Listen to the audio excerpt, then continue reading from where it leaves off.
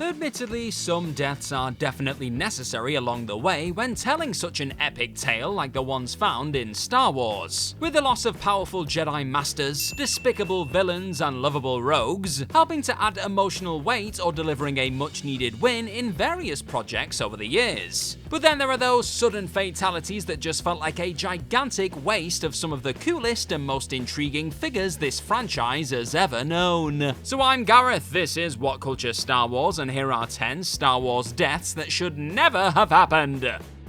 Number 10. Val.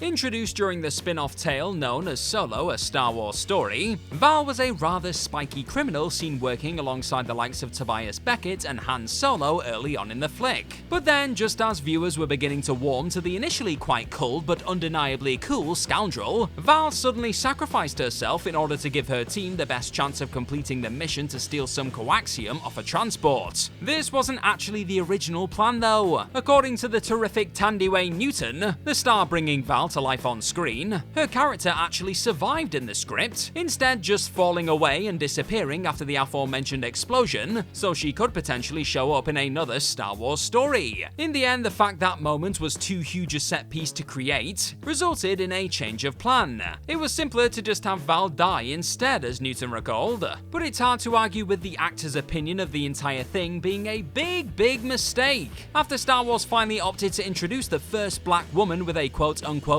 real role in one of these movies, only to stupidly kill her off within the first 40 minutes. Now I want to know, who was your favourite character in a Star Wars spin-off story? Was it Val before she was stupidly killed? Or somebody else? You let me know in the comment section down below. Number 9. Marok. From the moment a certain red spinning lightsaber-wielding figure popped up during the trailers for Disney Plus's Ahsoka series, folks began speculating about exactly who this potential Inquisitor was.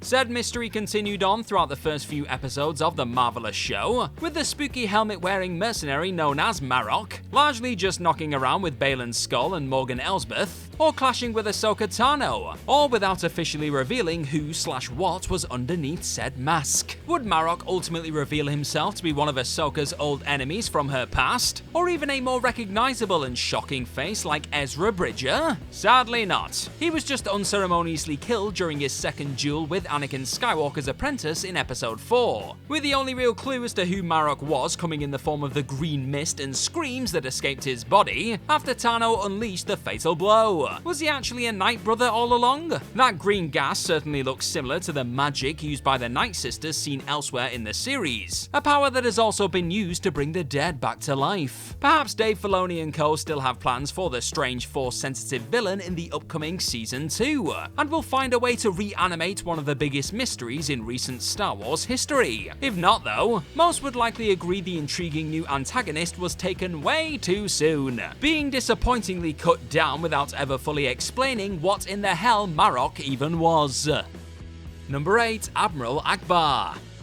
The iconic fish-faced Star Wars military commander who famously let audiences know it was a trap during the original trilogy had a decent old run in the Skywalker saga, but you would be lying if you said you weren't even a little bit frustrated about the way the great Admiral Ackbar's time in the galaxy far away was brought to an end.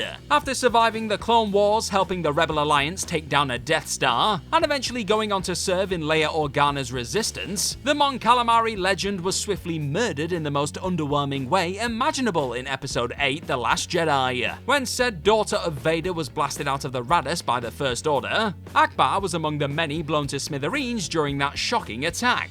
That was it. One of the most respected military leaders ever to fight the good fight in Star Wars just gone, and with only a throwaway line acknowledging his sudden death. Though Ackbar was never a starring figure in those original flicks or his TV appearances, he definitely deserved a more dramatic and emotional send-off or sacrifice than the waste of an off-screen end he was given in the sequels. Fans aren't the only ones who were annoyed by the way this death went down either, with Tim Rose, the man inside the suit, also expressing disappointment over such a lackluster conclusion for the rebel hero. Number 7. Captain Phasma.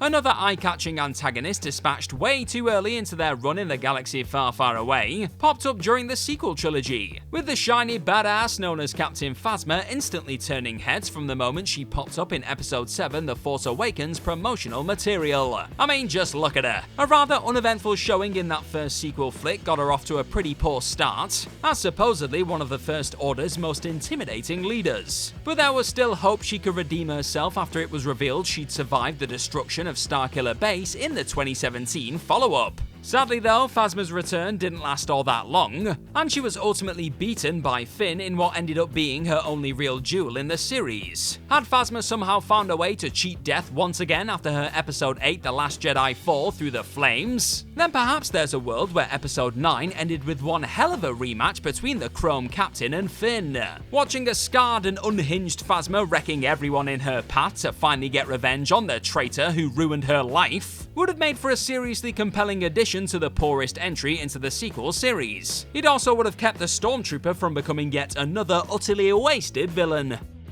Number 6. Supreme Leader Snoke.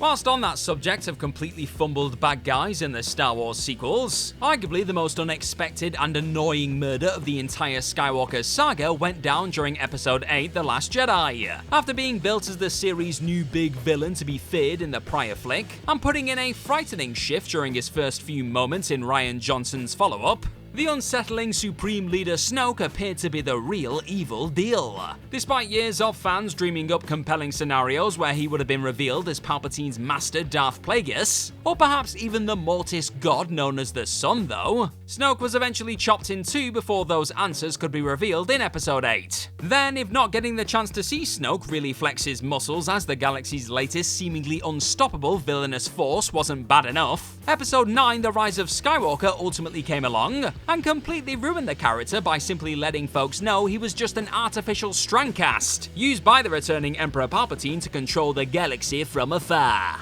As the apparent top villain of the films, Snoke was always destined to be struck down at some point, of course, would have perhaps killed the need to foolishly resurrect old Palpatine as that final film's main antagonist, and perhaps save Snoke from one of the silliest and most dissatisfying origin stories in Star Wars history. Cheers for watching this video today. Tap on that subscribe button down below for more What Culture Star Wars magic. This is where the fun begins. Number 5. General Grievous.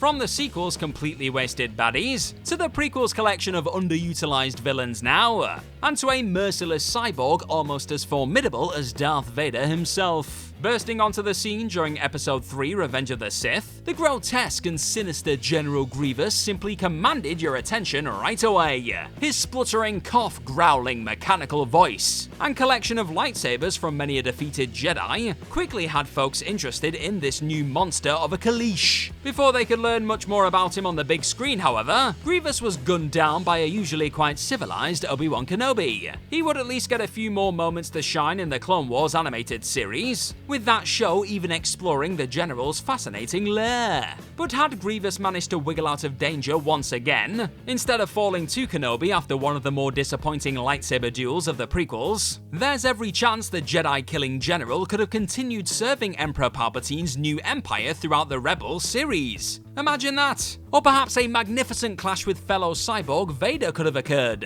after Darth Sidious decided Grievous's talents were no longer needed. Either way, there were still a few interesting Grievous stories left to tell before his rushed death on Utapau. Number 4. Padme Amidala.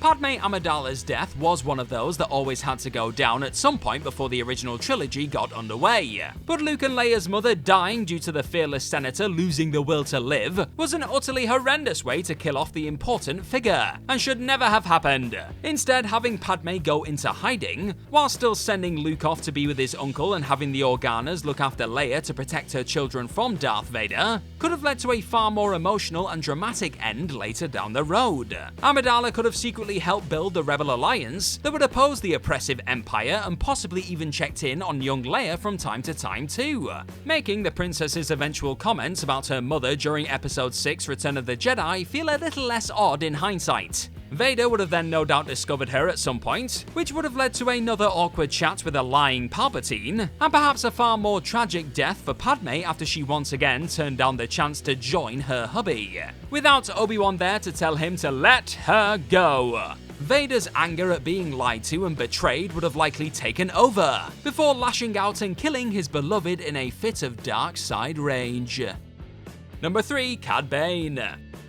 Thankfully, the baddest bounty hunter in the galaxy not named Boba Fett can still be found popping up in new Star Wars projects in the wake of his unexpected death in the Book of Boba Fett. But even with CAD Bane being confirmed to return in the Bad Batch's 3rd season, set just after the Clone Wars, many are still upset over the fact this blue-skinned sharpshooter's life was seemingly ended not long after his live-action debut. Sure, it was still awesome watching Fett clash with his old mentor during that aforementioned Disney Plus series finale. However, if this death is actually final, then Boba's stabbing of the Juros cowboy has robbed fans of a number of equally compelling showdowns. Just imagine watching Bane exchange blaster fire with Din Djarin, clash with Ahsoka Tano once again, or possibly even share the screen with fellow blue-skinned villain Grand Admiral Thrawn in live action during the New Republic timeline. Hopefully then, like many of the other apparently dead Star Wars personalities over the years, this isn't actually the end for the beloved menace, because if it is, the coolest gunslinger out there being taken out this early into his live-action run would be seriously anticlimactic. Number 2. Morgan Elsbeth. Hopping back to Disney Plus's latest live-action Star Wars TV adventure, the first season of Ahsoka saw another enigmatic individual getting killed rather unexpectedly. Before showing up in this show, Morgan Elsbeth was last seen colliding with the titular Force wielder during The Mandalorian's 2nd season. Here, Ahsoka defeated the Magistrate, leading to Tano requesting information about Grand Admiral Thrawn's whereabouts. Jumping forward to the time of Ahsoka's 1st season, and after ultimately escaping the clutches of the New Republic and discovering that her master was trapped on the extragalactic world of Peridia, Elsbeth eventually jumped to that galaxy to rescue Thrawn.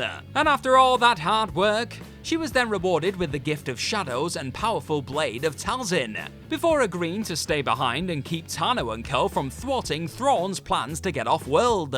But it was that move which eventually resulted in this spooky Night Sister suddenly being taken out by Tano, after yet another wonderful duel between the two in the show's finale. Not long after seemingly being given a boost by the Great Mothers, and handed such an impressive weapon, Elsbeth was just given the same treatment as Marok, sliced through the stomach before she could ever really grow into a properly terrifying threat, which was a bit of a letdown really. Again, Night Sister magic could help reverse a death some feel was a waste of the character's potential later on, but for now it does seem like Elsbeth's story has come to a frustratingly premature end.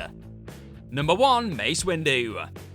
After just being swatted away by the dark side duo of Darth Sidious and Anakin Skywalker in Episode 3 Revenge of the Sith, the chance to have the magnificent Samuel L. Jackson dust off his cloak in future installments as the unforgivably wasted Mace Windu was seemingly and rather infuriatingly shot out of the window too, making it so this one-armed Windu instead fell from this great height and remarkably survived though. After all, Jedi can fall from amazing distances according to the actor himself, before then going into exile like Obi-Wan and Yoda did, could open up the opportunity for one last terrific ride for Jackson in one of Star Wars' upcoming live-action series. Who wouldn't want to watch a live-action grizzled old Windu interacting with an older Ahsoka Tano? Or the son of the bounty hunter he decapitated on Geonosis all those years ago again, eh? As recently as 2022, Jackson was also talking about trying to convince Bryce Dallas Howard to get him into the Mandalorian series, telling the Happy Sad Confused podcast that he was ready to return and could learn lightsaber left-handed. So what are you waiting for, guys? It's time to undo one more Star Wars death and bring some Mace back to this place.